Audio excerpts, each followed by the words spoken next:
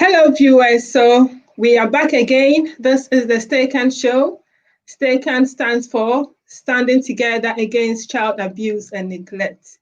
And for this evening, well, depending on the country you are watching this from, if you are in Ghana, if you are in the USA, if you're in the UK, it's about 7 o'clock and 6 o'clock.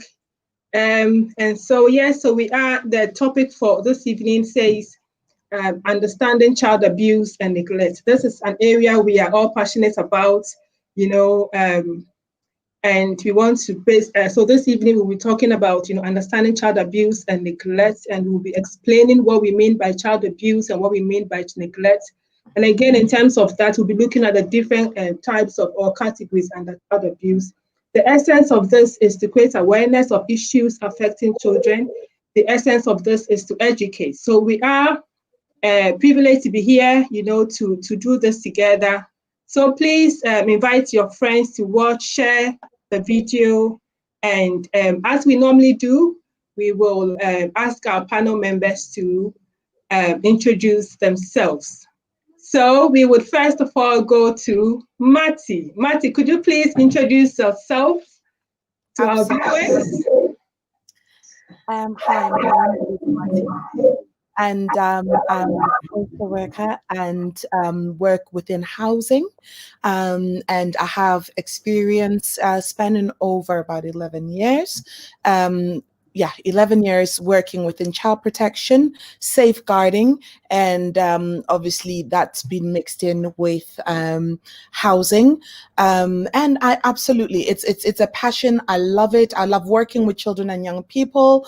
I love ensuring that, great outcomes are achieved for them. So it's a real pleasure and a blessing for me to be on this platform, sharing some knowledge, being able to give advice to ensure that our children and young people are given a fair chance in growth and developing to be the best people that can be, and also equipping parents to see and make sure that they do not make mistakes that a lot of parents make in ensuring that you're doing the best for your children.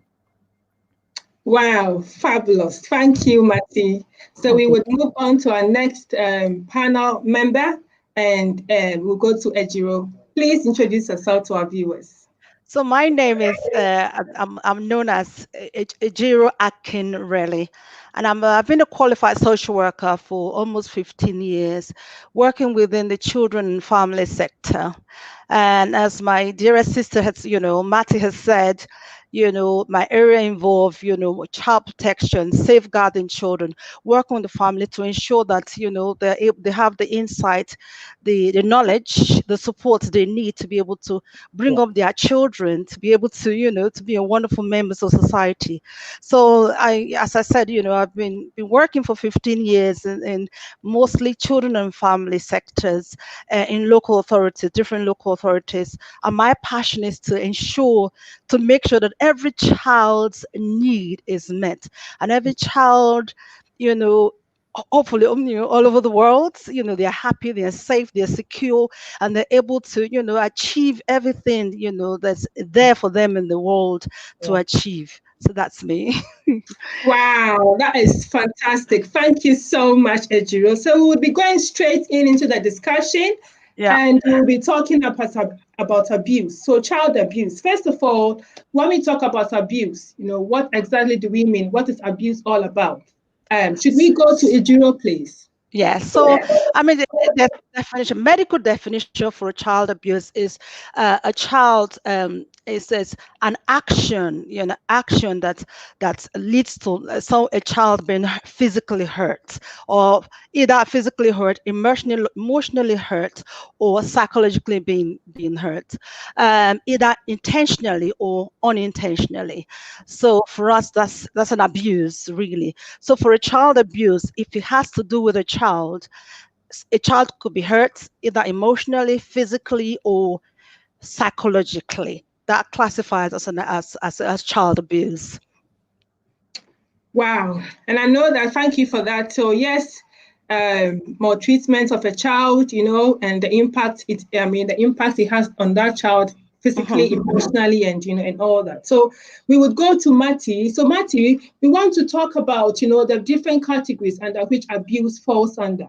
So if you could enlighten us more, if you could create some awareness or educate us on what are the different categories under child abuse, Yes. or abuse and neglect, Okay, thank you, Elsie.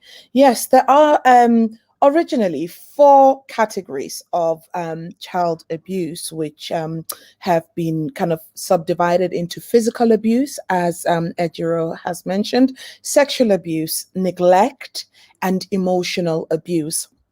However, as the times and practice has developed and has gone on, there's been others that have been, added on there, like abandonment, female genital mutilation. Yes. The gangs. Ejiro, help me. The one with the gangs. Sexual exploitation. Criminal. I beg your pardon. Yeah. Criminal, that's it. Criminal, exploitation. So it's now sorry, Matt. It's now known as a sexual or child exploitation. That's what's known at this stage. The child sexual exploitation, but there's one with the 4 county lines, with the county lines. Yes, there's county lines for child exploitation. The gangs, so that's different to the child's kind of sexual exploitation. And so all these have come in because with practice, it was seen that they cannot be ignored. These are things that have got to be kind of addressed, and also being to bring awareness into those kind of things. So today we will be focusing, just because of the brevity of time, we'll be focusing on the 4 original categories, which are physical abuse, and we'll go into depth with that, sexual abuse, neglect, and emotional abuse as well. Yes, so we'll be looking at emotional abuse, physical abuse, sexual abuse, and neglect. So without, taking any more time, we would zoom into what do we mean by physical abuse. And I know that, most people are, in fact, when I have spoken to people about child abuse, what people are mostly aware of is the physical abuse. So we will start off with the physical abuse, and then we'll look at the other types of abuse. So, Ejiro, is it okay to, shed some light on what we mean by physical abuse? So physical abuse really is actually inflicting, pain upon a child. So when you say inflicting, it could be hitting, it could be slapping, it could be kicking, it could be using any object to hurt a child, basically. So sometimes, when it comes to physical abuse, people always think, well, maybe some things like pulling a child's hair, or even cutting the hair of a child, especially if a girl child. Is something that's over the years has been classified as a serious abuse of a child, especially because it actually disturbs the image of a girl child, basically, whose hair has been cut, because girls do love their hair.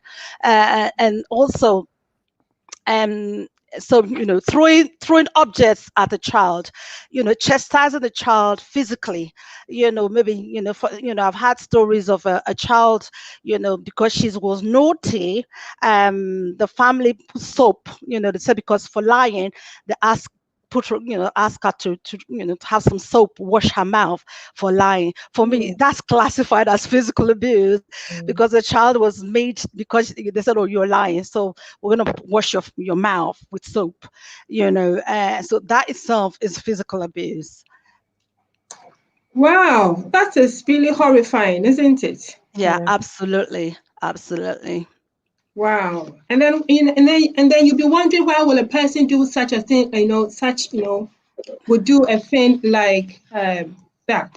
Yeah, using soap to wash the mouth, a child's mouth, because for telling lies, and sometimes, for me, I see also physical abuse as, starving a child, not giving the child, the right food, in the house. So for example, if I've had cases where a client, is supposed to have given a kind of, instead of being given the right dinner, they were not given the right dinner, or and sent to bed without food in their stomach. Basics for me, I classify that also as an abuse, as physical abuse, because they've sent the child to bed without the right food because they've been naughty, and they've done something wrong in the house. Sometimes I do tell parents that you can't punish a child by denying the child food. Yes. Because food is a basic human need for survival. So you can't say that I am punishing you by not giving you food. Exactly. No. Exactly. And then sometimes people fail to get what you mean.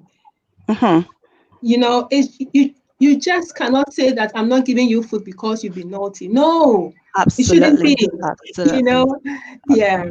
Okay. So that is really interesting. And then in terms of that, and I know that as social workers, we also come across, a number of cases where, children with bite marks, like marks, and unexplained bruising, and and then scarring on their body, and I mean, and sometimes in fact there was this recent incident I heard of where the mom actually the mom was so angry with this child for lying, I think for stealing something, and the mom used the iron to burn the child's face. On the child, and the child was screaming, and the mom was saying that it was actually a video I saw, and the mom was saying that the pain would make you not repeat what you did. Right. Okay. And whilst we are on the subject of physical abuse, I want us to look at signs. So how can you tell that this child is being physically abused? What are some of the signs that comes into mind? Would you want to help us here? Yes, absolutely. So sometimes, obviously, the physical signs are there. You see the marks on the child's body. Sometimes, for example, if most abusers will not make the injuries obvious. So sometimes it will get the child to maybe maybe hit the child on right place that nobody will find out. So in some of those cases, the child goes to school. The child might be very worried about changing for PE. Suspicious about changing for PE. They won't want to change for PE. They will want sometimes they even have they're very withdrawn, from activities. Sometimes they're afraid of their abusers. Basically, they freeze every time they see the abusers. You notice that they freeze up. They're not able to speak up, and sometimes. So, for example, if you go into a family home, you look at the dynamics of a child that is being physically abused. They tend to be quite timid. They don't like to verbalize or be assertive about the things that goes on in the family home. And those are the things we tend to pick up, when it comes to physical abuse. Sometimes they'll spend a lot of time in their bedrooms. You go and visit a family home, this child is in the bedroom. Well, maybe you went first day they're there, second they're there. And sometimes, the parent will say, oh, the child is sleeping. So especially for babies, a young child, oh, the child is sleepy. But you went there yesterday, the child was sleepy. The next week, the child is still sleeping. Or, the child is playing in the cot. I never leave the cot. It's always in the cot playing. So why? So it's always good to, even though if, within our family or within a friendship group, you notice that this child is always in the cot or never leave the buggy. Why is the child not living? What's the family trying to hide? Why are they not living in the buggy? So those are the things we look out for in terms of physical abuse and the signs. Yeah. Wow, thank you so much, Ejiro. And then I'm just looking at some of our comments over here. Welcome to the show, Reverend McCaffrey. Yeah, good to have you on.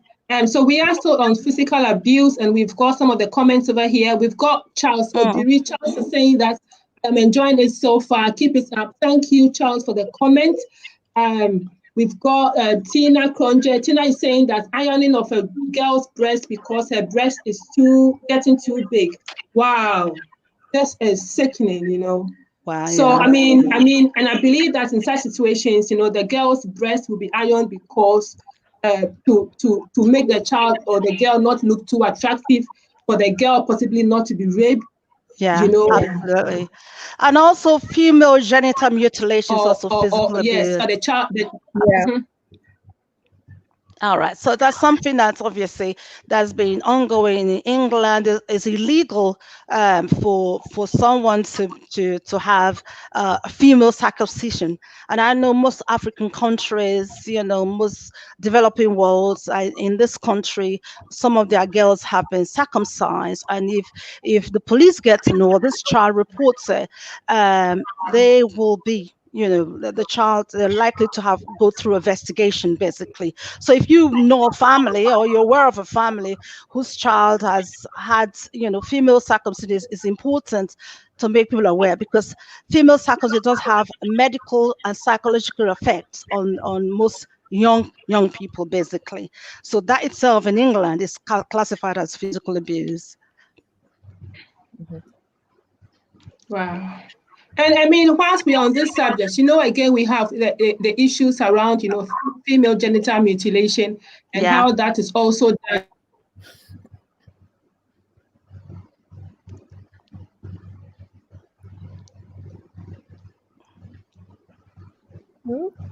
You're freezing. Oh dear.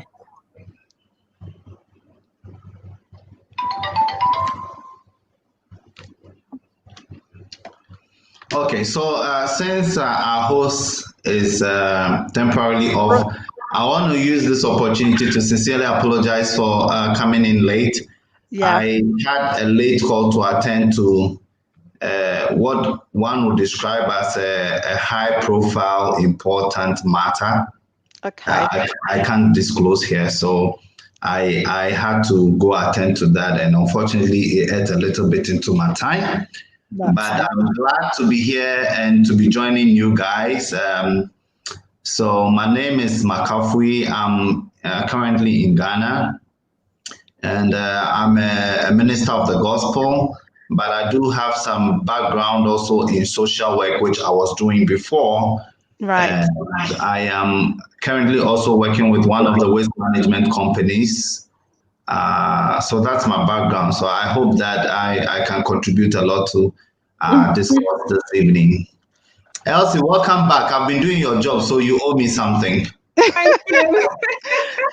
Thank you, and thank you for introducing yourself. So we are still on the physical abuse, and I was just talking about, you know, when Tina was just mentioning how a girl's breast is being ironed, can be ironed, you know, and we're talking about how that can possibly be done to prevent a girl from, having sexual intercourse or being attracted to another man, to preserve her virginity. And then in the same vein, we can have situations whereby FGM or female genital mutilation is carried out so that the girl can, you know, remain a virgin. And, you know, being a virgin before getting married puts a price tag on you. And we've got, in terms of the comments, we've got Rosemary Ofori saying that I am enjoying it, keep it up. And again, we've got Tina. Tina is saying that also drink because so also drink because the child gets wet. And I'm sure she's trying to say when you were saying that, you know, denying a child food is also abuse. Yeah. So when you deny a child drink, because, you know, when a child wets the bed at night, and the parent can, you know, this can be very frustrating for parents. So the parent can say that, okay, to prevent you from wetting your bed, you're not going to have any more drink. I mean, what are your thoughts on that? I mean, should we come to Matty? Matty, what are your thoughts on that? If a parent is saying that, you know, I am not going to give my child drink before he or she goes to bed because the child is likely to wet the bed. I mean, what are your thoughts? I mean, is he okay? Well, Do you think that is also under child abuse? What are your thoughts, really? it's a funny one, that one. Yeah, Because it's a funny one, because even when you work with the clinic that that supports parents around nocturnal urenesis, this is bedwetting, they do say that, try and maybe have a cutoff time, where, if you're maybe having your tea, have it early around 5:30, so that you then have your water and your drink and whatnot at that time, and then set the alarm. There's like a little bed alarm that you put on the sheet. So it's a funny one. I don't think that putting a cut of time and saying, listen, past 6 o'clock after you've eaten, you have to slow down on your liquids. And I mean, they've said water is okay, but things like juices and fizzy, because these are things that irritate the bladder.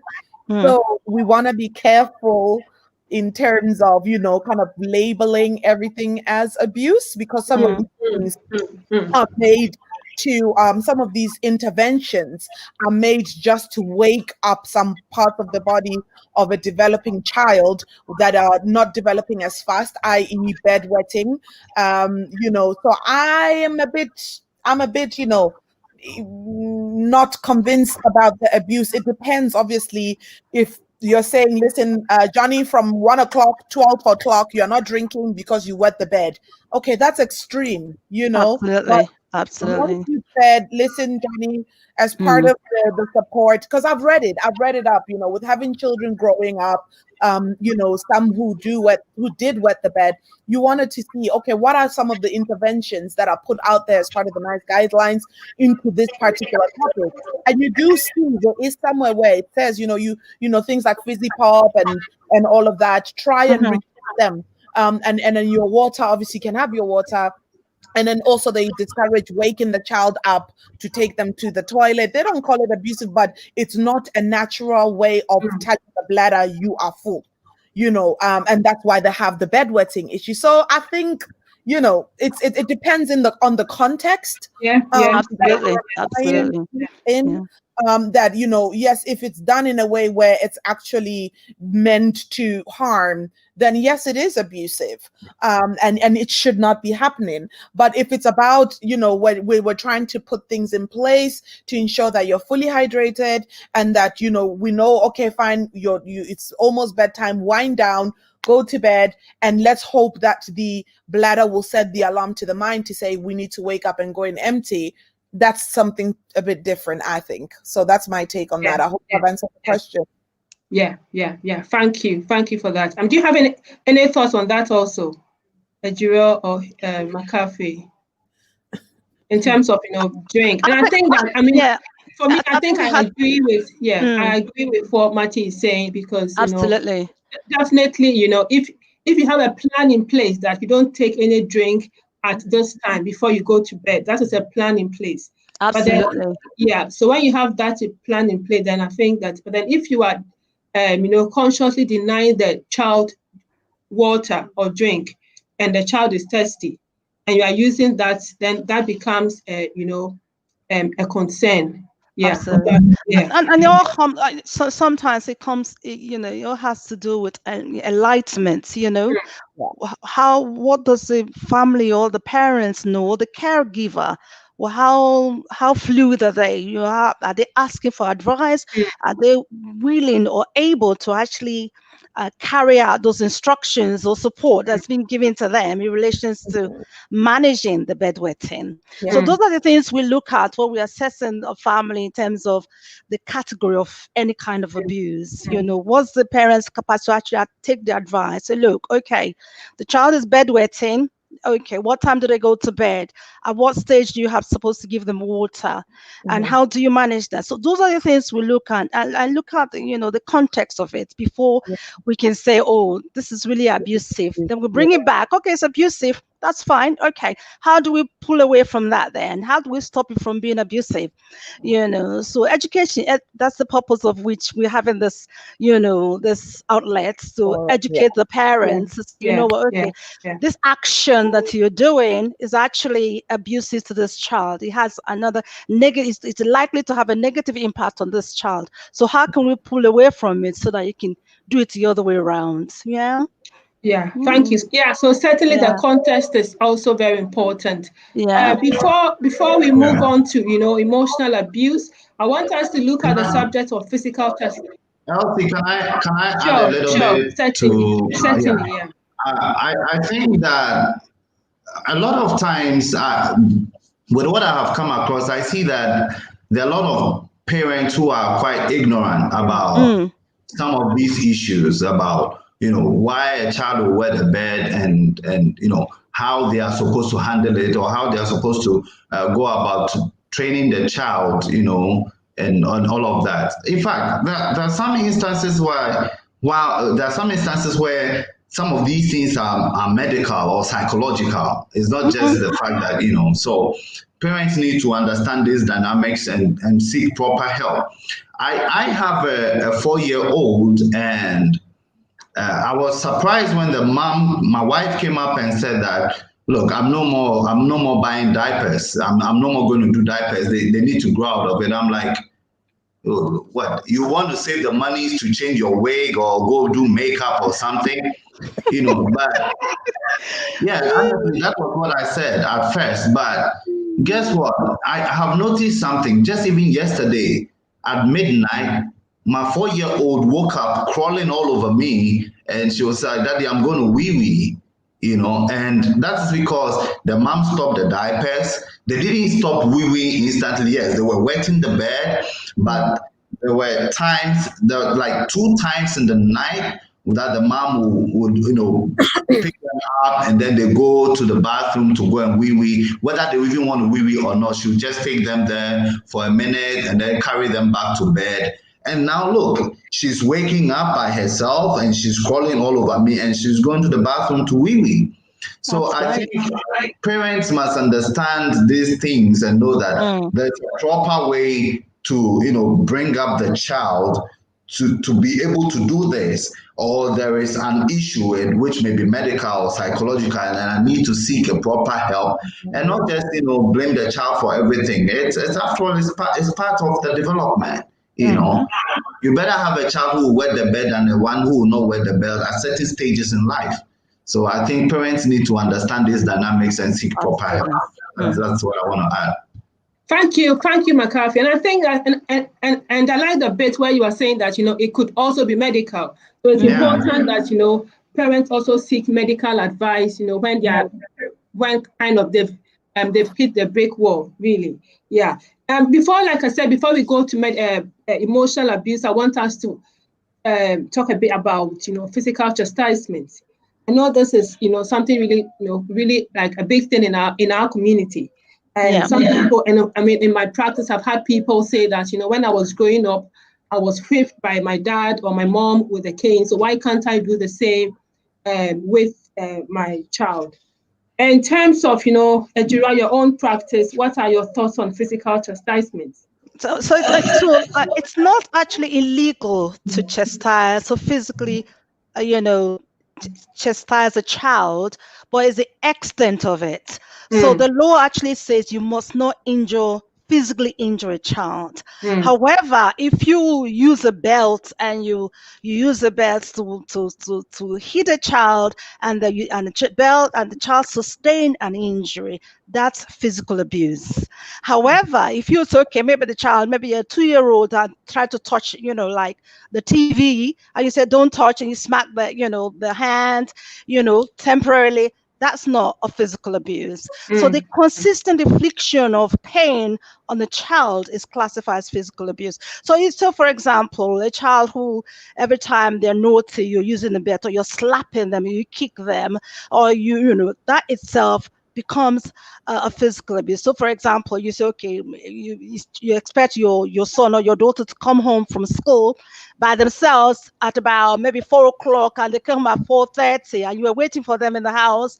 As soon as they came in, you said, "Where are you coming from?"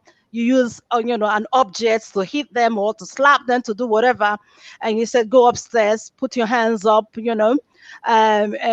for half an hour every day. For me, that if it's consistently done, that's now classified as physical abuse. And if that child goes to school now, report to anyone or talk to any professionals or even any adults, says, "Look, this is what's going on at home," that needs to be looked into. So parents need to be trained. Say, "Look, even though this child has a behavioral issue, or you feel that they have behavioral issue, let's find a way to manage that behavior instead of hitting, slapping, kicking, or it's a punishment. So today, okay, I'm going to make sure you stand up, with your hands up." I had story of, the child said, upside down, you stand up with your hands, whatever, and you put your leg up for almost 1 hour every day, and that's quite serious for a child. Yeah. And the aftermath and the psychological effect also can be quite devastating for the child. So for us, that punishment, we can think about different ways of actually punishing the child without inflicting pain. So for example, I mean, as adults, would you like to, if you have an issue with a friend or a partner, wouldn't want them to be slapping you for saying something wrong. You wouldn't want to be, every time you say something or somebody slap you, everyone says somebody slap you. So the children because they cannot fight back, so slapping, kicking, even slapping, kicking, even though there's no injury, is still physical abuse, really. Just say, okay, let's teach our families another methods of managing behaviors instead of physically hitting a child. And I know, the religious community will say, "Oh, if you spare the child, the Bible says you must, you spare the child, you spare the rod, and you spare the child." It says spare the rod, but the Bible actually tells. It said what it said. The sword of the Spirit is the word. So even word is a sword, is a rod. You see, so when speak a word, I know we're going into emotional abuse in a minute. When you speak a word, it's also a rod. You see? So you don't have to really physically hit a child because they're not going to fight you back. So really, this becomes an abuse. Thank you for that, Ejiro. That is quite an interesting, area we are looking at, and something, and then again, an area really important for us to, certainly discuss. In terms of Reverend McCarthy, I want to come to you, and then like Ejiro is saying, people, people I have met, parents I have met would quote Proverbs chapter 13, 24, and they'll be saying that spare the rod and spoil the child. I'm a Christian and I need to obey the Bible. I don't want my child to go wayward. In terms of, Reverend, what are your thoughts around that? People quoting this particular verse, even though in terms of, social workers, we are saying that this is unacceptable. What are your thoughts around that particular verse and its interpretation, if you could go into that? I think that the lady Reverend already started and trying to make us understand what it means by the rod. And indeed, yes, Proverbs 13:24 says that those who spare the rod hate their children, but those who love them are diligent to discipline them. And also there's also Proverbs 22:15. I think it says foolishness is bound in the heart of the child, but the rod of discipline will drive it far from him. And then also Proverbs, I don't know why it's all in Proverbs. Proverbs 23:13 says that do not withhold discipline from a child, for if you punish him with a rod, he will not die. And like you said, these are the scriptures that sometimes we parents stand on to overly to abuse their words. And we need to understand that there's a difference between, the Bible said that the rod. It didn't say a rod. It's the rod. And I like where today I'm ordaining her. Our Lady Reverend started off. You see, the rod does not is a metaphor. It doesn't mean that a stake or anything. If we even really want to go by that, then everybody is supposed to be beating their metal, because when you say a rod, it's supposed to be metal. But you see, like she said, it's just a metaphor that represents an instrument of discipline. An instrument of discipline. So it doesn't necessarily have to be a cane. It could be words, okay? It could be just sitting the child down, words. It could be just, say, okay, because of what you did, you're going to watch cartoons for 20 minutes instead of 30 minutes. You are not totally depriving the child of their happiness or what they need, which literally also sometimes helps in their development, but you are just limiting it, not totally denying, but just limiting it so that they can learn a lesson from that and say, look, okay, so in life, there are consequences for my actions. And that is what you want to drive home. And so it's important for parents to understand that. And when Bible is talking about discipline, it's not talking about killing. It's not talking about hurting. Indeed, but the Bible says that God disciplines us because he loves us. And every discipline must come out of love. It must be born out of love, not out of anger. Not out of hatred. You don't need to have an issue with your spouse and then take it on your child. You need to redirect your anger to wherever it's coming from. If you can face it, go to that direction. I'm not encouraging that anyway, but what I'm saying is that you do not take the anger from elsewhere and put it on the child. You do not take frustration from elsewhere and put it on the child. The key word is discipline, and discipline must be out of love. The reason why you want to discipline the child or punish the child is to drive the child to the right path, to make the child take the right decision, to make the child do the right thing. And that is the goal of discipline. It shouldn't be to hurt the child. So parents must first and foremost think about the outcome of their actions, or their disciplinary actions, before they go out to put that out. It's very important. So the rod is not talking about stick, it's not talking about metal, it's not talking about iron, but it's an instrument to discipline. I always want to use myself as an example. All my kids, the worst punishment I have figured out is to call them and say, hey girl, we need to talk. And I sit them down and I talk to them. The moment I start that, they start crying because they know that daddy is disappointed. So that is it's not about beating. So we need to, Bible says that train up the child the way he should go. So sometimes if your kids are towing a certain line and the level or gravity of whatever they do is so huge that you have to physically, do that kind of punishment, then you, the parent, you also need some punishment. It means that you are failing in some aspect. So the word is discipline. Your punishment is towards discipline, and discipline must be born out of love. So parents need to stop using the scriptures as an excuse and be doing all sort of things. That is not what Bible is saying. For Bible, discipline should be out of love, and it should put the child in the right way, not to hurt the child or harm the child. And also, wow, that is so insightful. So we are all saying the same thing. We are all saying that, we are not saying that do not discipline your child. Obviously, if you don't discipline your child, then the child will not be able to tell between right and wrong. We want your child to grow up to be a responsible adult. And for that to happen, the child needs to be rewarded when they do something right. And when they don't do something right, they need to be disciplined for them to learn from that. But then, however, in terms of, we are talking about the mode of discipline. And like Rev said, it should be out of love. And again, it should not be one that, falls within child abuse.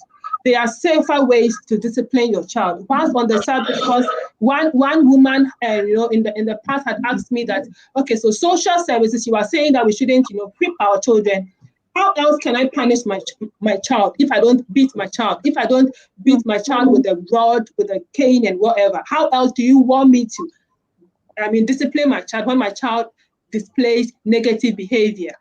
And Matty, what would you say to a parent like that? How can a parent discipline their child without having to use the cane or whatever implement?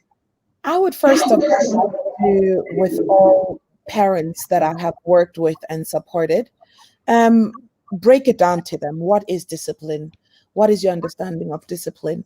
And give them, just even if you look at the dictionary meaning of discipline, it is the practice of training people to obey rules or code of behavior. Okay, so it is a practice. It is not, when you're practicing something, where's the violence in that? And for me, I would say, listen, you are by you using violence, you are reinforcing so many other things that will come and backfire in your face. You're reinforcing that, when you agree with somebody or you're upset with somebody, then you use violence as a way to actually resolve that problem. There's so many other ways to actually, make sure that a child is trained. When you train someone and you are using a physical, painful force, the impact of it is lost because automatically, you've given a message that I want to hurt you, and then you have the action of rebellion that comes up. You also have the action of resilience, where the child toughens up and goes, well, what's the worst that's going to happen? The worst that's going to happen is I'm going to get a smack, and then that's me, it's over. And it takes away the training part. So the cognitive things, when you're training, you're dealing with the mind. So the things that you're wanting to implant into that child's mind, you have completely lost that platform by using the physical to deal with things of the mind. If you're trying to get to my mind, you can't hit me or hurt me, and say that you're trying to reinforce a positive, you're trying to get a positive mental outcome by giving me a negative physical input. It's two things that don't actually work together.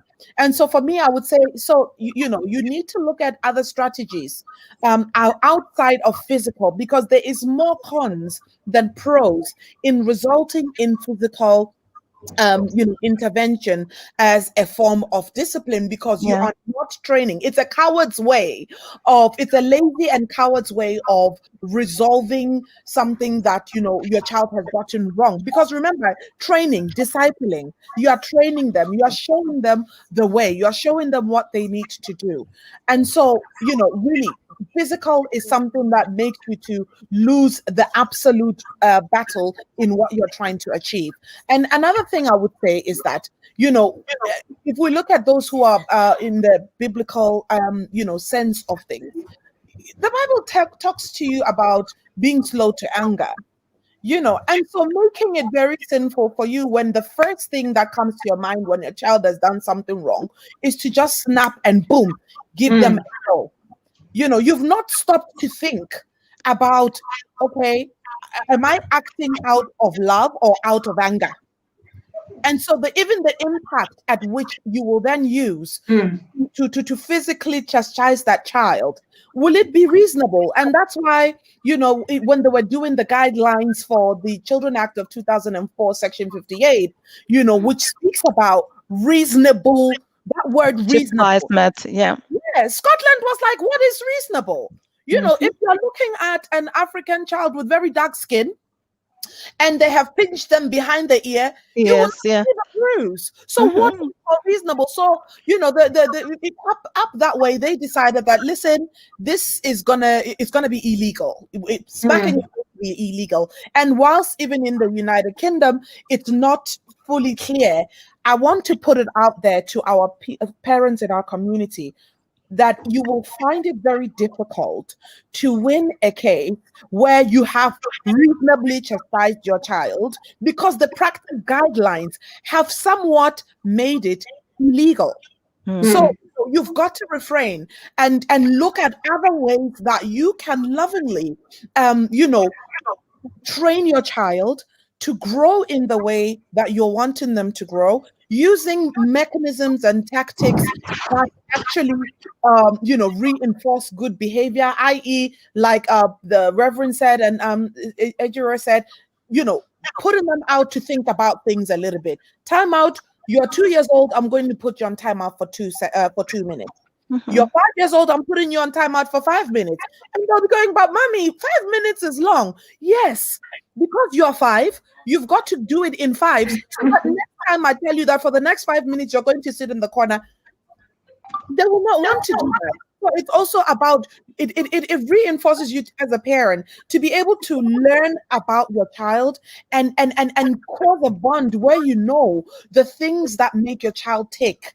And that if you know those things and you can say, okay, you like to go for a walk with mommy, but today, because you are not listening to anything mommy has been saying to you, I don't see why I need to reward you for going out for a walk, because that child can live without going out for a walk, because surely they walk at other places. So the walk of leisure, you can say, I'm sorry, I'm very unhappy with your behavior. I want you to sit down and think about what you've done. We're not going to go for a walk because you have decided that, things are going to be done your way. So if things are going to be done your way, this is what we're going to do. But if you want things to be done the right way, you need to behave.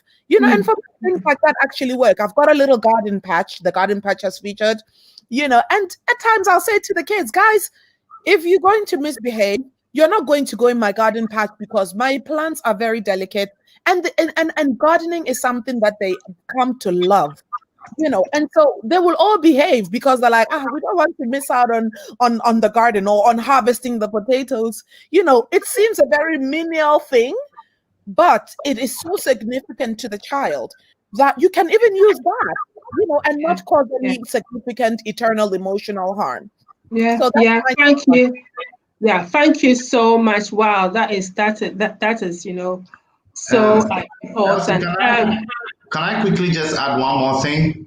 Okay, then we'll move on. Yeah. Now I have two lady reverends I'm ordaining today. The quick one I want to add is the talking bit to children. I think a lot of parents in this dispensation or generation, we undermine or we undermine the intelligence of these children, and we think that they are not up to the level where we can talk to them, but that is absolutely wrong. I have figured that out in a very hard way. These kids of this generation, they are kids that are more intelligent than we think they are. And so I would urge every parent out there, if you do not talk to your kids, begin to do that. Sit them down like the way you will sit your colleague friend down. Sit them down and talk to them, and then just tone down the vocabulary, but talk to them. It's a very key thing in the development. We teach the kids how to listen. We teach the kids the proper way to resolve issues. They learn that if I have a situation, I can call mommy and sit mommy down and talk to mommy. That is very key, and it works on them. It works on them. So let's not take that too for granted. Thank you. Thank you so much. That is okay. So we'll go to Jiro and then we'll move on. Thank you. Yeah, so I just wanted to just say, encourage before parents. The reason why most parents will physically hit or children witness violence within the family, because adults themselves, they have needs. They themselves probably have been victims of the same behavior from the past, and most anger stems from difficulties in the family home, difficult in relationship. They themselves maybe were physically abused or all sorts of stresses going on. And I think we want to encourage our parents to say, please seek the help you need physically yourselves, so that you're strong enough to parent your child, the little human beings, that's been given to you as a responsibility. That's what I wanted to say. Wow, thank you so much. I just see a comment. Priscilla Denyoh puts a comment there that eye contact with children when we are explaining what they have done wrong is key. Absolutely. I think that we also need to really, maybe another time, we need to look at the aspect of how to address the challenges with these kids, because even the way you do it, the way you go about it, the time you go about it is very key. Timing is important, so they don't dissociate the act from the punishment.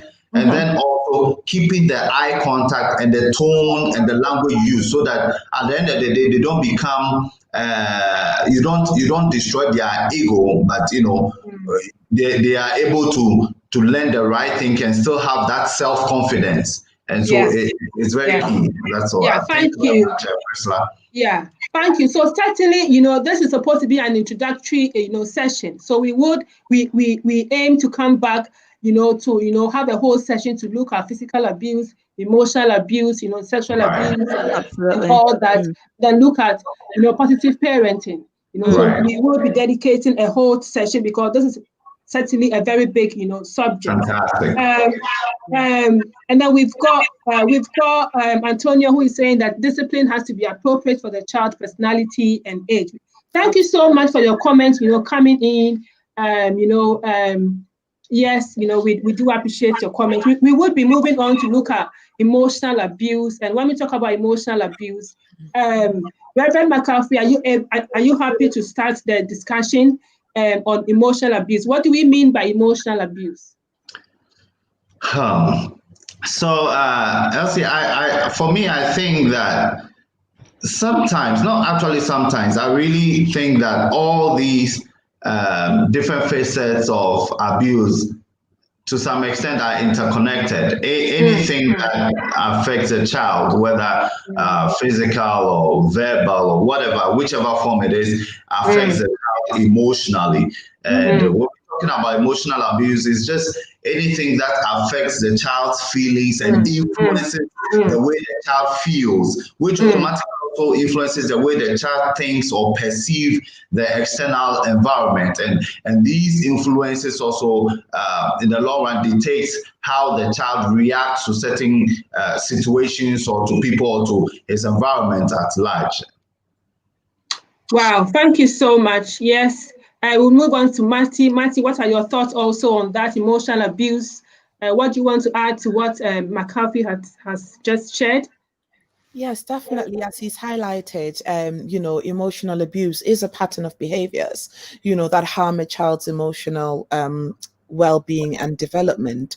Obviously, this can be looking at, when a parent or a caregiver, shames, belittles, criticizes, or embarrasses the child. So we were talking about, bedwetting, and then the pastor said, there's no need for you to be, shouting and screaming or doing all sorts of things.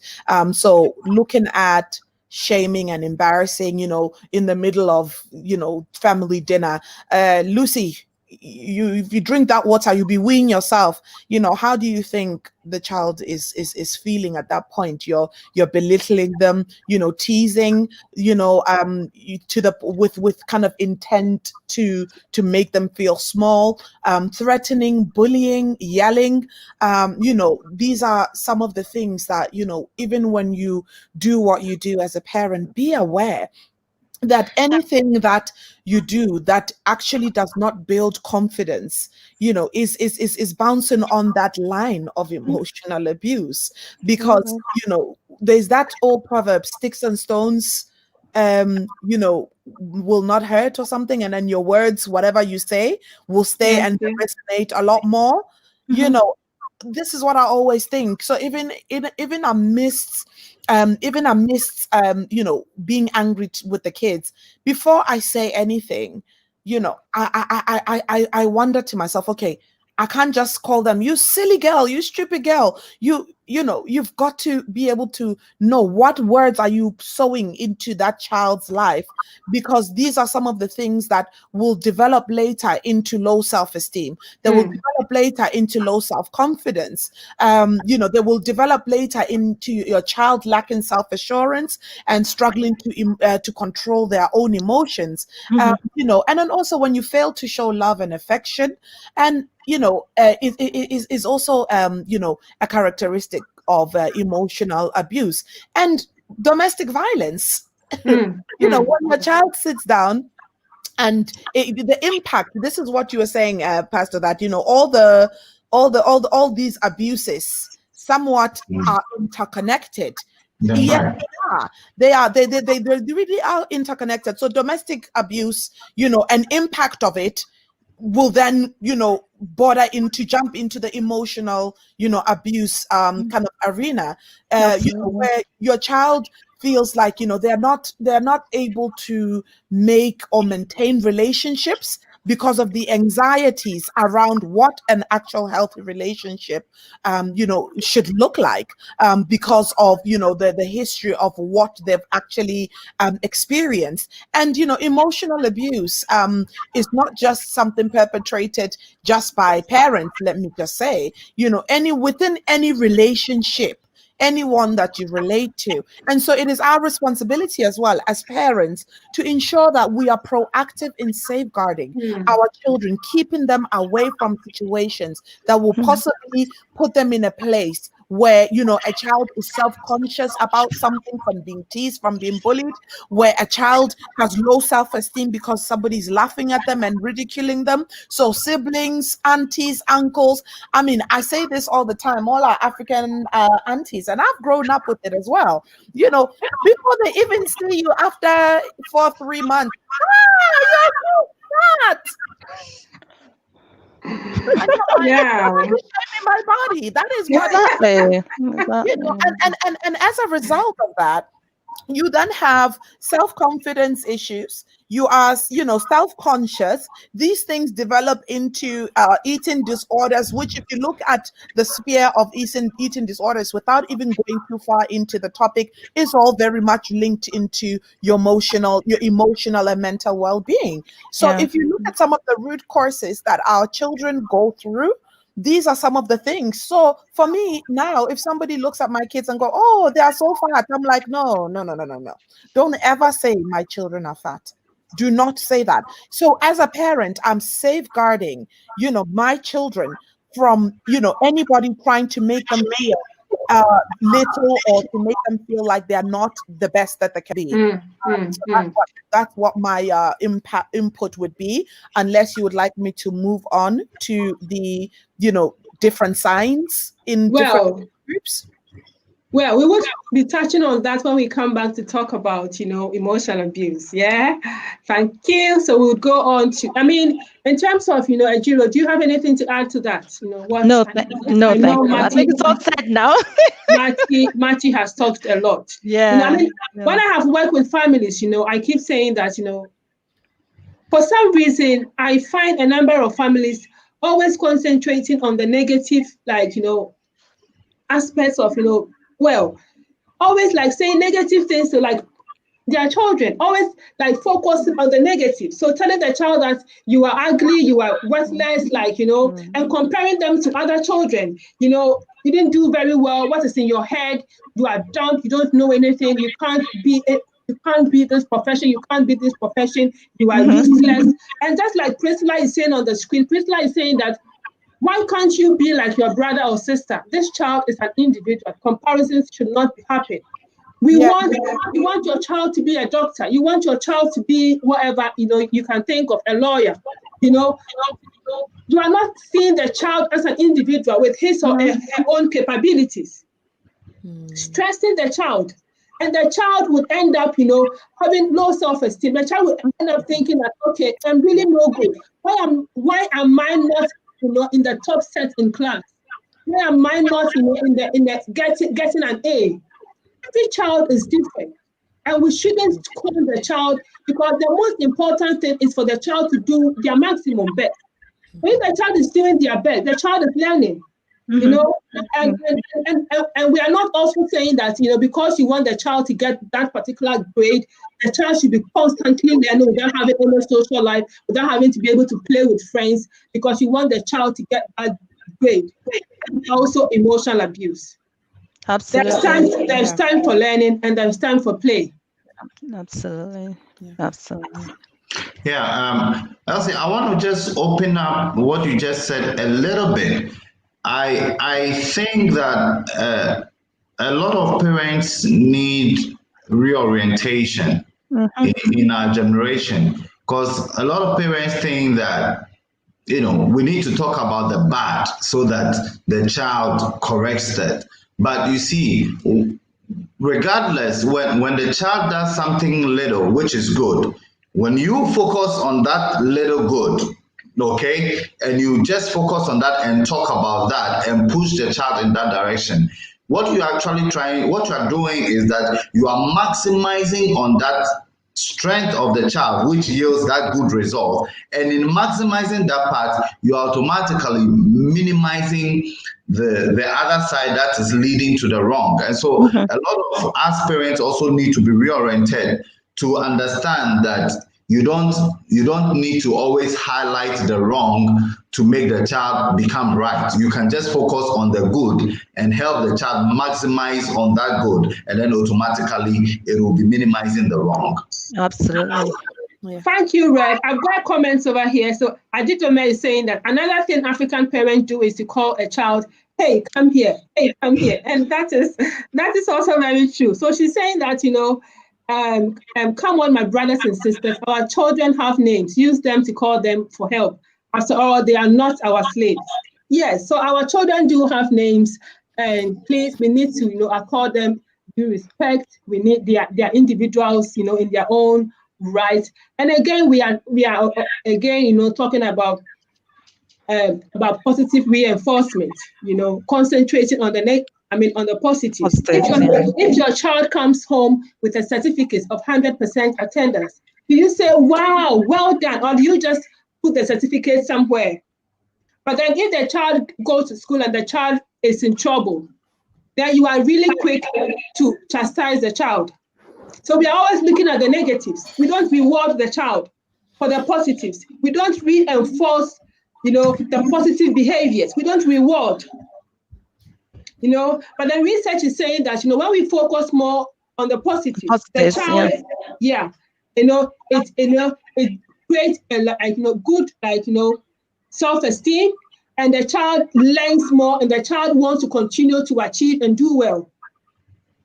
So please let us, you know, those little things, you know, those little things which we may not see to be, you know, really, really significant. Let us still focus on that. Let us focus on, you know, on those positives instead of just, you know, looking at the negatives and punishing the child unnecessarily as parents. Obviously, we will be coming to talk more on that, but then it's important, you know, we do acknowledge that. In terms of, you know, we will be moving on in terms of and I know Matty has mentioned a bit of that in terms of the impact of, you know, long-term, emotional abuse has got long-term impact, you know, and Matty did talk about, you know, eating disorders, you know, mental health difficulties and all that. Because, you know, if the child has low self-esteem, the child has anxiety, the child is always anxious, the child always wants to, like, you know, please the parent, the child is thinking that I am no good. We are putting unnecessary pressure on that particular child. And the child keeps thinking, the child is not even able to have enough good sleep. The child wants to, you know, go the extra mile, go beyond his or her capability. The child is stressed, you know, and that can also, you know, bring about, you know, in terms of the impact, emotional, you know, mental health difficulties.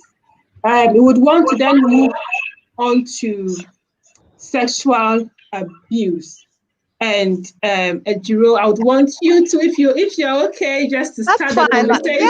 Yeah, definitely. Sexual abuse. So what do we mean by sexual abuse? So sexually, they've got two categories. We have the contact sexual abuse, where you have contact with an adult has contact with children, and then you have the non-contact. So one of the contact is an adult using an object to penetrate a child, or using the objects to enter into a child. Sometimes they use words. They're using body parts or an object, or they use something like we're talking about physical contact now. So I'm just going to go in and look at or they allow the child to so other physical contact would be like they allow the child to masturbate themselves, or watch the child is watching someone else masturbating, or they encourage the child to kiss another child, or encourage the child to touch themselves while another adult is watching. Those are all physical abuse. They're classified as physical abuse. So non-contact would be exposing the child to someone masturbating on in the garden or in the house, or encouraging the child to watch somebody else masturbating, or encouraging the child to watch pornography, and also forcing the child sometimes to watch videos on smartphone or online as well.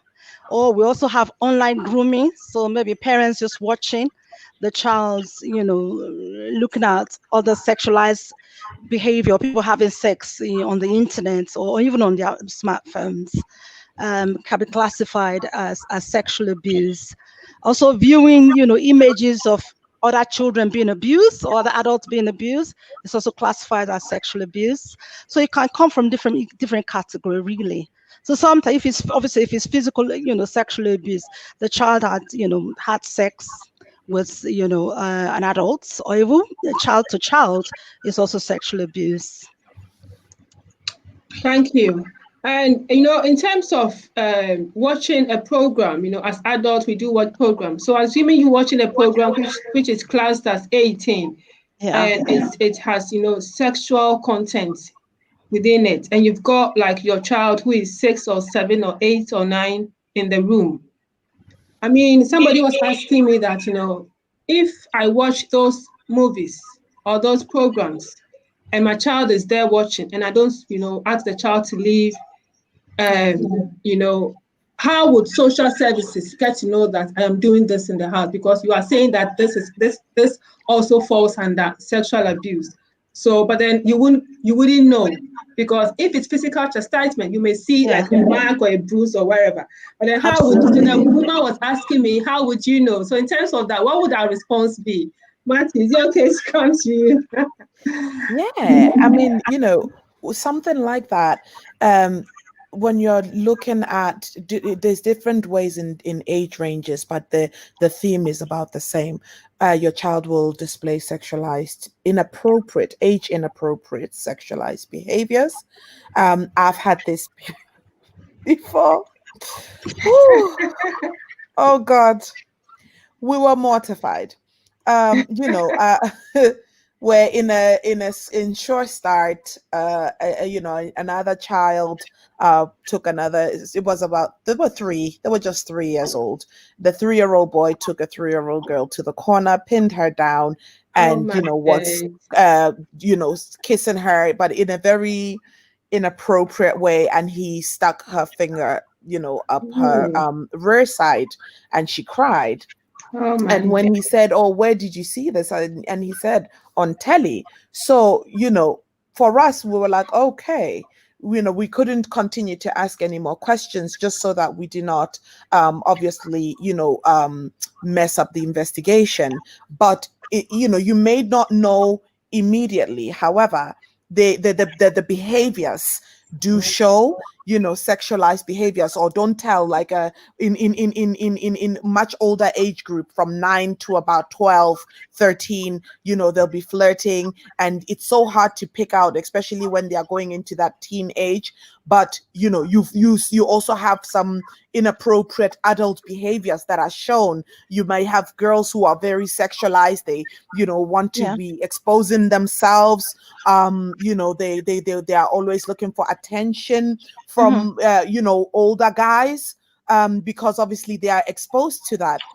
At the same time, you might also have guys who are, you know, extremely quite, you know, overly sexualized, you know, saying very sexualized things, speaking in a very sexualized way. So it's not very obvious, but if you look and you observe how children interact during play, during conversation, it is very clear from both age groups. It's more clearer with the younger ones than it is with the older ones, but it certainly is very clear that actually something is not right. Yeah, certainly. Jira, do you have anything to add to it? Yeah, I was just going to say, obviously, in terms of obviously the teenage years, you know, most teenage children who we've worked with in terms of sexual abuse, sometimes they're very, very withdrawn. They self-harm. You know, they have history of anorexia. They've got a very low self-esteem. Some of them actually struggle to depends on the level of the abuse that's going on. Some of them will not want to get involved in PE, especially if it's got to do with penetration and got to do with their body. They hate their body. You know, some of them, you know, have attempted suicide several times. So especially when it comes to teenage, you know, the teenage ones, and between the age of 8 and 16 to up to 18, those are the things, you know, the kind of behavior that we pick up. And then as Marty rightly said, they're likely to, you know, be also sexually exploited as well. So what's the point? You know, I can as well, you know, go sell drugs and just use myself, you know, to do whatever I need to do. So those are the things we pick up, you know, in relation to sexual abuse, especially now that's online abuse, sexual abuse. Now there's lockdown. A lot of young children, they're hiding in their bedrooms on their smartphone, linking into different, you know, websites, you know, taking pictures of themselves, you know, and other people and watching those pictures. You know, the families or the adults are not sure what they're doing within their own bedrooms. You know, and they're withdrawn. You can't access. Some of them have different phones, different numbers. You know, they have different media accounts. So if you have a family, you have children who've got different accounts, we won't allow you to touch their phones. We won't allow you to, you know, come into their rooms sometimes.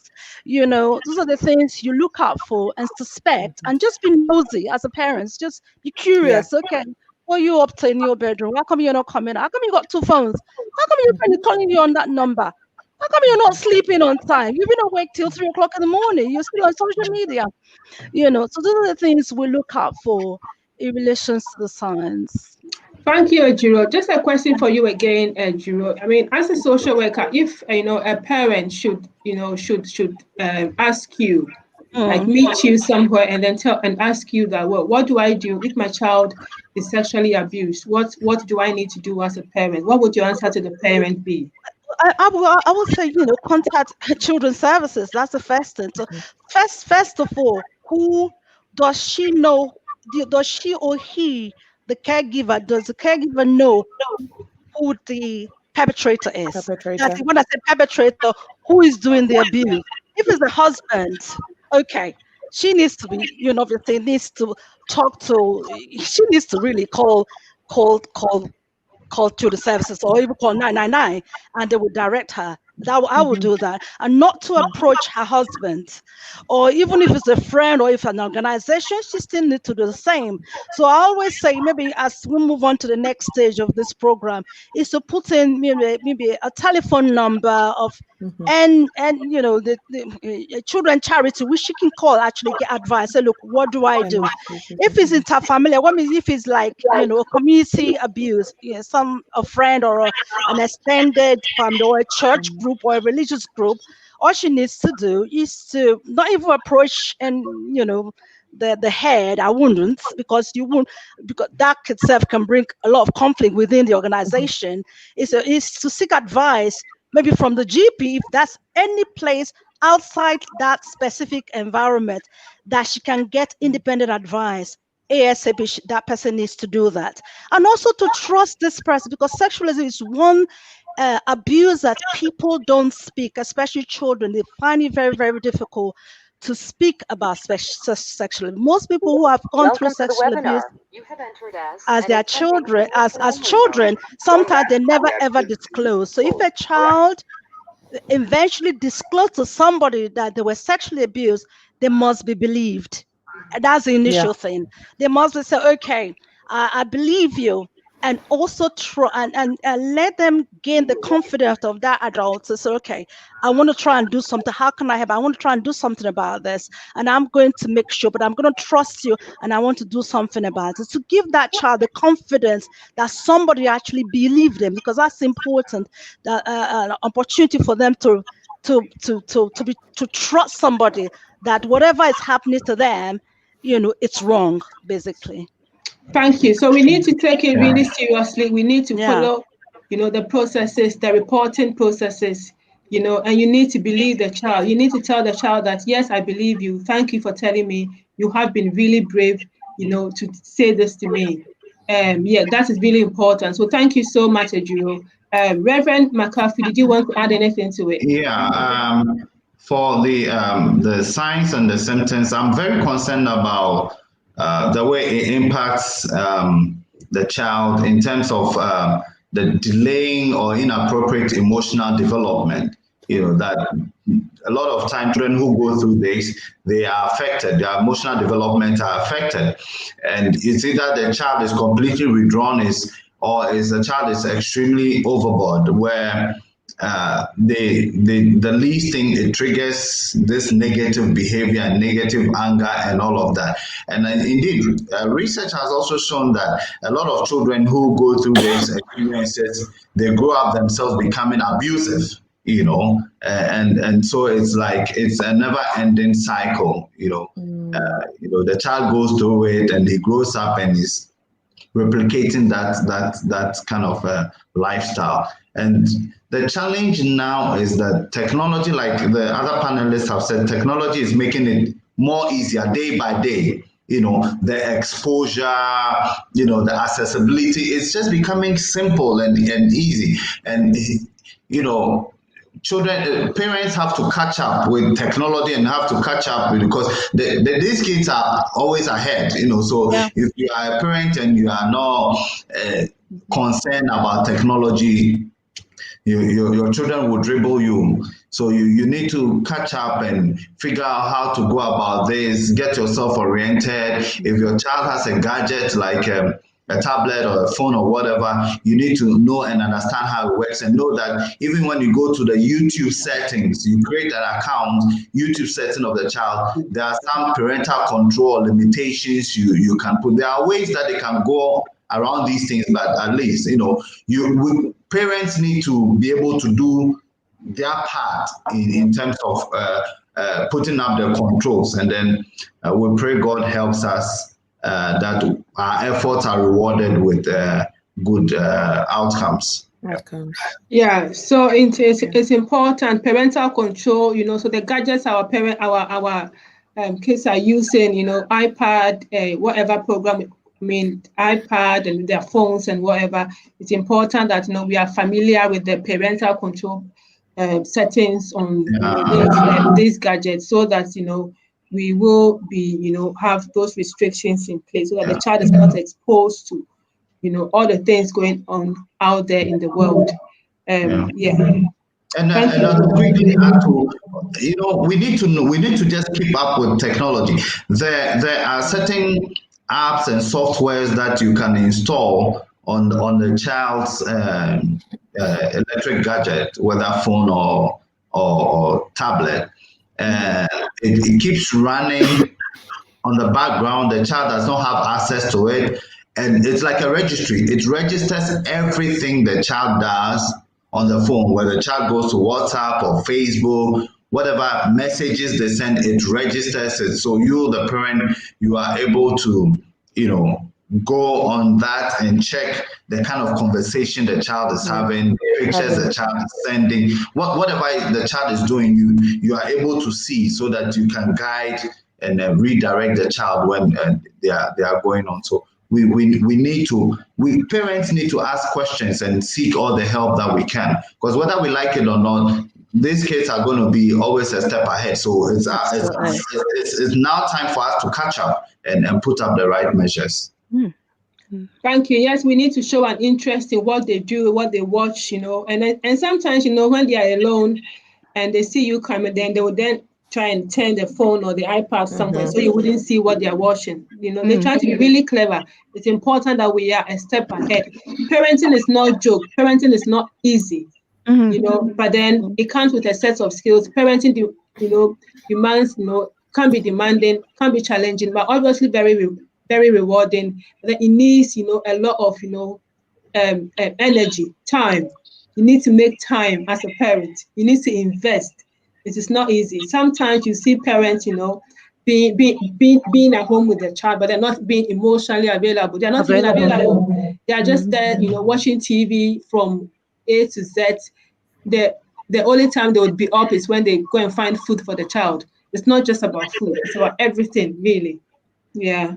So thank you for that. We'll quickly move on to neglect, and we will start with Matty, please. When we talk about neglect, what exactly do we mean? Well, neglect is the ongoing failure to be able to meet your child's basic needs. Okay. And when, it's actually one of the most common forms of abuse, which is also very difficult, to pick out. I want to go back on the ongoing, to reiterate on the ongoing failure, and then maybe say persistent. So if it's, if you are seeing something that is continuous, it then can quickly tell you whether there is neglect. So a child might be left hungry or dirty, or without proper clothing, shelter, supervision, or even healthcare, which obviously can put your developing child or developed child under significant risk of harm. Also, neglect has very significant long-term effects on children's physical and mental well-being. I've got a very special piece of info which I was wowed by, really.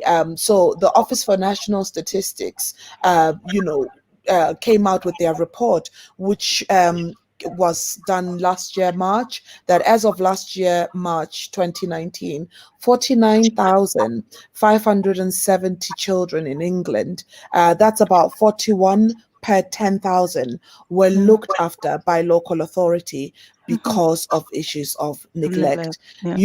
Out of 10,000, 41 children were taken into care because of neglect. Now, neglect can be a lot of things, like I said, but broadly speaking, it is categorized under 4 different headings, where you've got the physical neglect, you've got educational neglect, you've got emotional neglect, and medical neglect. When you're looking at the physical side of neglect, this looks at where you're not meeting your child's basic needs, such as food, clothing, shelter, and you are not supervising your children properly. I remember when we were growing up, at the age about 6, 7, when you go to grandma's house, you can go to the spaza shop. I don't know what you call it, the corner shop. We call it the spaza shop in South Africa.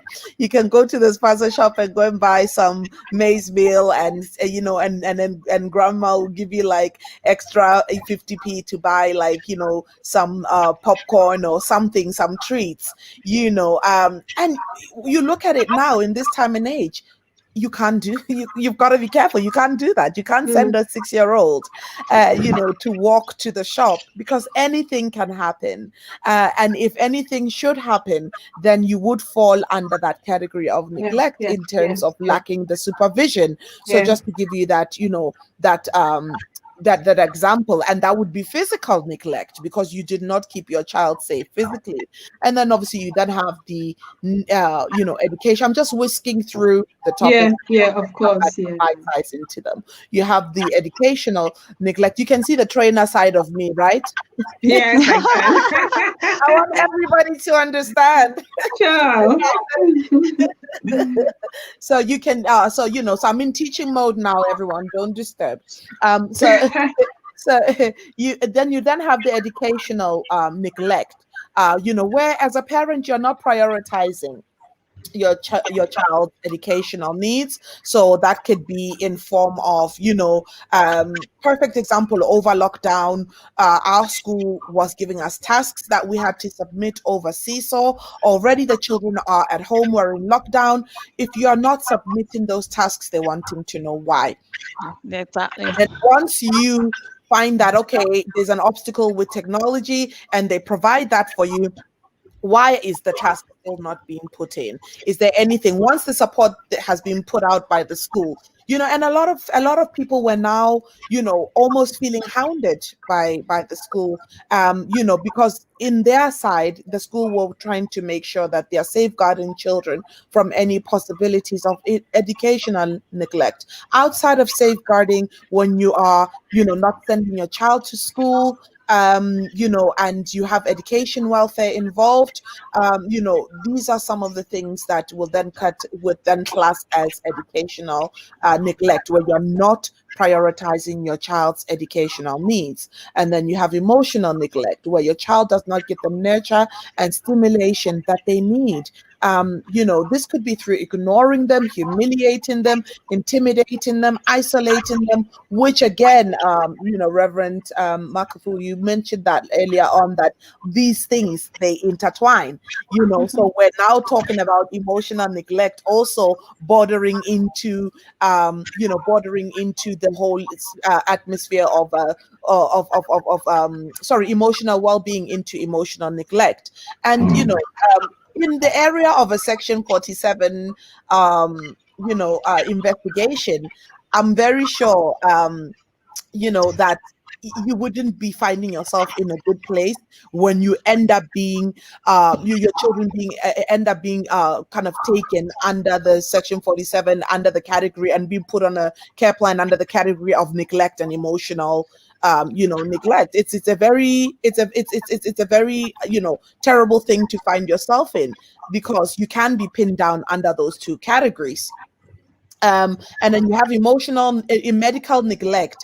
Medical neglect looks at when you're not giving your child proper health care. So making sure they're registered with your GP, ensuring that they've got dental care, and also refusing and ignoring medical recommendations, and failure to present. So a lot of the times in our communities, I've had a lot of these where parents have the child has hurt themselves, and then the child complains a day or two, and they are not taking the child to the doctors. Seriously, Yeah, because that's failure to present. That is medical neglect, my people. Is medical neglect. Don't put salt, don't put butter, don't put water. What other burn remedies are there out there that our people do? Don't put toothpaste. Neglect, failure to present. You are creating a bigger, issue for yourself by not taking all these things on board. So please, please, please, please, I urge you to hear us out here and learn. Ignorance is not an excuse anymore. Even when you walk and you say you're a Christian, they say when you are in Rome, do as the Romans do. This is what the English do. This is not even what the English do. This is what we should do. This is good practice of ensuring that you are raising healthy, well-rounded, nourished, loved, nurtured children. prioritize your children's needs in every way you possibly can. Don't say we did not tell you so, because I am making this so, I'm emphasizing this so much because this area of neglect is something that is so, I take it so personal, because when you see your children walking around unkempt, their afros are all over the place, they've got, tatty hair, there's no reason for that. Reach out for support, and obviously, Elsie, would you like me? I have a flow here. Would you like me to go into signs to look out for and the impact of child, or do you want us to conversate first and then go into that? Okay, let me just give you 1 minute to just, talk about that. Just touch on the key ones, in terms of the signs to look out for, Okay, so signs to look out for, obviously, from, the child's perspective. So you're looking at, withdrawn, because, if you're not being bathed, you're not being looked after, you're not being loved on, you're being neglected, you're going to be withdrawn. Low self-esteem, even the outer appearance. And please, with the outer appearance, remember, we're not just saying, oh, if you just see Lucy looking, scatty just once, that Lucy is being neglected. The original definition said persistent. So look for a pattern that continues. It might be that Lucy's mommy that morning really didn't sleep well and really couldn't find the comb and couldn't comb Lucy's hair. But if you see it as a persistent, ongoing, day after day, this is how this child looks, then you've got to ask questions. Children who steal food, you've got to ask questions. Are they being fed? Children who have nowhere to go, they are always looking for sleepover at a friend's house. If a child is auntie, can I come and sleep over? Why are you always wanting to sleep over? What's wrong with your house? Because ultimately, my friends, it is everybody's business to safeguard. Safeguarding is everybody's business. You cannot turn around. Look at some of the children, the extreme cases where, the children have died. Who was that? Ijira, what's the name of that little girl? Is it Kira? The one that died from starvation? Which one? Is it Victoria Climbre? No, Victoria. And then we had Daniel Pelka, who also died in Coventry. No, it was a much older young girl, and she was seen eating from the bin. Is it Kira? Her name is on the tip of my head. She was seen eating by a neighbor. The neighbor saw her taking food out of the bin. Yes, this is an extreme case. But my friend, and she was in winter. She was wearing a singlet, wearing no shoes. And she died of starvation. 2 days later, she was found dead, and she was living with her mom. And I think, that is Kira from Birmingham. Yeah, that's right. It's Kira. That's right. Yeah. Kira, and in that story, why didn't somebody, the neighbor, when you see the child fishing out from the bin and looking frail, it is everybody's responsibility to blow the whistle and say, excuse me, this is not looking right. So that's why we're giving you the signs. You're looking at, a child who's unkempt, persistent and consistent, a child who is stealing, a child who is withdrawn, a child who is aggressive. Because as well, sometimes children lash out in different ways. And a child who, again, like we mentioned in the sexual part of it, there might be some elements of emotional neglect, alongside with the sexual neglect, where there's self-harming. So there's so many things that are so interlinked and connected together. Wow. These are some of the things that you can put together to draw a story, make a picture, and be that hero and heroine to safeguard a child and make a difference in your local community and society. Wow, thank you. Definitely, neglect is also, a subject we need to spend a whole session on, because it's got various, dimensions, and it's something that again, cut across board. Like you mentioned, we've got emotional neglect. It's about what do we mean by all that. So that is very, very, very important. Just to run up, we will just, Jiro, I want you to talk about, just use a minute to talk about some of the myths around child abuse.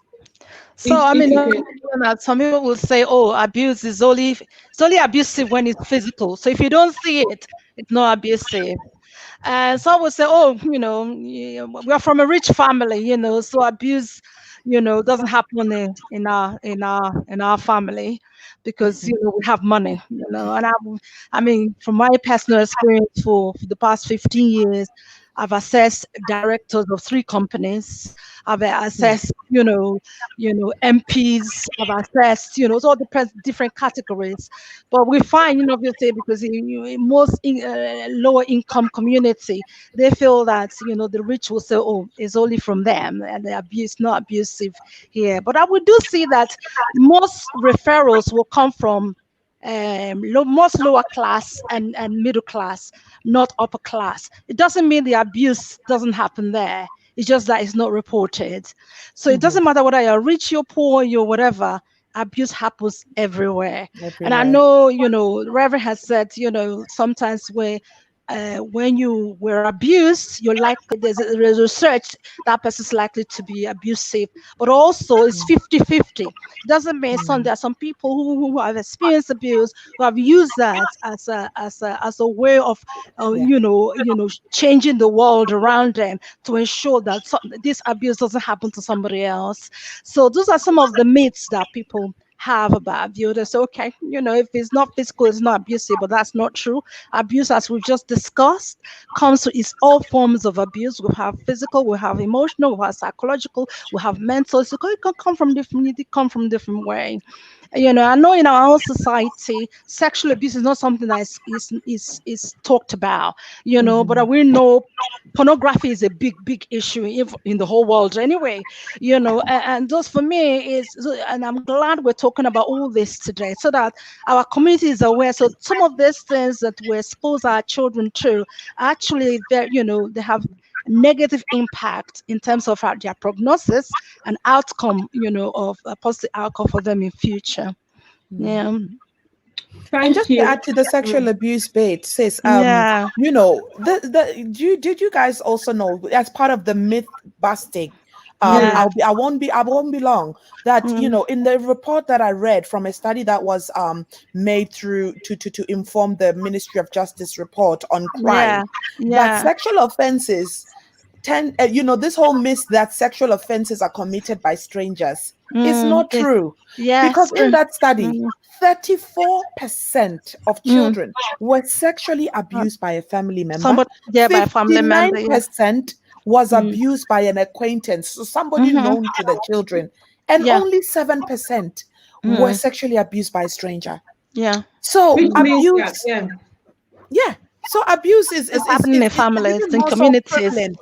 Yeah, among people that know you, among your family, and the strangers only occupy such a small portion. So we have so much work that we've got to do. So I just wanted to add to that, Ejiro.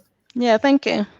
People who are already, familiar with the family, who have managed to build that trust. It's kind of easier for them to abuse the child, and certainly in the case of child sexual abuse, you would have a higher number of cases where the people are familiar, or are within the family, and they have been able to, have some emotional connection with that child, and they know the child, and sometimes they'll be giving the child gifts, different like birthday, gifts and whatever, just to continue to build that trust with the child. And as soon as they think that, okay, this time, this is the right time, or they are ready, then they just kind of end up abusing the child. So yes, we've got Adidome saying that, very right, Matty. Yes, so this is a very insightful subject. I know we could go on and on and on, because we are all of us here are really, really passionate about, child sexual abuse and neglect, and the need for parents and caregivers, to prioritize the needs of children, to look out for the signs of abuse, and then, certainly put the child first, listen to the child, the voice of the child, see the child as a unique individual. Don't compare the child to any other person. A unique individual with his or her own needs, meeting the child's basic needs, food, shelter, emotional needs, and all that. That is all very important. We will be coming back again. Are you wrapping up? Sorry? Are you wrapping up? Yes, I'm kind of wrapping up now, yeah. Okay. I just wanted to add a quick one to what my other ministers have said. Okay. There's one myth that I cannot do anything to prevent this abuse. That people think that they cannot do anything. But I tell you, every change that has ever happened in this world started with one person. Mm-hmm. Every single change started with one person. So for me, when I go out and I meet people, my slogan is, if you see something, say something. Yes. Yeah. So we need to start speaking. When you see something, just say something. That is how it starts. If you see something, say something. And that is why Matthew is saying that, safeguarding is everybody's business. We shouldn't wait for the professionals to make the report or to assess the child. Everybody, members of the public, everybody who sees abuse, who is aware of an abuse going on, should take, immediate action. Absolutely. You never know how much you are going to save that child, from being further, from being abused, any further. So please let us, take this on board. Safeguarding is not only the job of social workers or teachers or people, working with children. You may not be working with a child or children. You may be doing something, completely different, or you may be a neighbor. Please let us, report. You cannot say that you cannot report. The child cannot save themselves. The child, rely on adults like us, to safeguard them. So please let us do that. William is saying that good job or well done. Thank you, William, for the support. So as usual, we've come to the end of the show. And as we normally do, we would go round for your final word to our viewers. What is that word that you want to say to them? We will start with Matty. I'll keep it very short. I know. But I just want to put that stamp and confidence in you, our viewers, our listeners. We have given you such insightful information to understanding abuse, what it entails, the different categories, the different telltale signs, and the impact on the children. And that reporting abuse is everybody's responsibility. Also, if you are not sure if it is abuse, but it looks like abuse, that uncertainty could be the missing puzzle to the information that your local children's services office has, but didn't have the full picture to be able to actually go in and take on safeguarding measures. So even if you are not sure, there is a system and a process and a policy that actually protects you. You can contact and say you want to keep yourself anonymous. You don't want to give your name. You don't want to give any further details. However, a child on this and this a block at this and this a street, this child's name, if you have it, the date of birth or whatever, give as much information and do your part. And also, if you're on the end of being the person who is struggling in ensuring that you're meeting your child's needs, your local Sure Start is there, your local school, access support, church, everywhere. Speak to somebody and ask for help. Do not continue to put that child in a place where later on in life, all the actions of how you were failing as a parent will now have an impact on our future generation. We urge you, we ask you that we are here, the support is here, and we are here to assist you in any way, shape, or form. And that's why we've taken this time out of our night to put this platform together so that you are empowered and you are informed. Thank you. Thank you so much, Matthew. So that you are empowered and informed. Safeguarding is everyone's business, everyone's responsibility. We would come on to Ejiro, please. What is your final word to our viewers? I was just going to say that, even as adults, I know that every caregiver, they love their children. They want to do the best for their children. So, as my panelists has said tonight, that we want to support you to be able to safeguard, to keep your children happy, safe, and secure. So we want to help you to do that. And if you live wherever local place that you live, I know some people are watching us from all over the world. I don't know, the emergency number you can call wherever you are. But if you're in England, you can call your local council's number. Just call the council's number. They will direct you to, the safeguarded team. Even if you're desperate, just call 999 and they will link you to, they will say, okay, they will give you a number to call, or just speak to, somebody, if it's your GP, whoever that you can trust and talk to. If you're not watching, from a developed world, you're watching from Ghana or Nigeria or any developing country, speak to maybe your somebody else you can have confidence and say, look, I am struggling here. This is what I've found. And that's the support will be there. I'm hoping that this will continue. We'll continue to give you advice and support on how to keep your children safe. But always remember, children should be your number one priority, because we're trying to build the future generations of children who are strong, who are secure and confidence to be able to do the things, have economic empowerment in the world, basically. So that's what I'll leave with you. Wow, thank you so much. Yeah, so still around the same, theme, report, safeguard, that child. Do your bit. We'll come to Reverend McCarthy, please. What is your final word to the viewers? I like what my sister said, that, parents should understand that there's help out there for them. There's help there out there for them. And what I want to add is this. Please, parents, please, I beg you in the name of God, please understand that these kids never begged you to bring them into this world. It is our own actions that brought them into this world. The kids they were in heaven relaxing, enjoying with God. We brought them. So, and you're bringing children into this world is a decision. And we must understand that it comes with a responsibility. Proverbs 22 verse 6 says that train up a child in the way he or she should go. And when he or she grows up, he will not depart from it. Train up a child. It is a responsibility.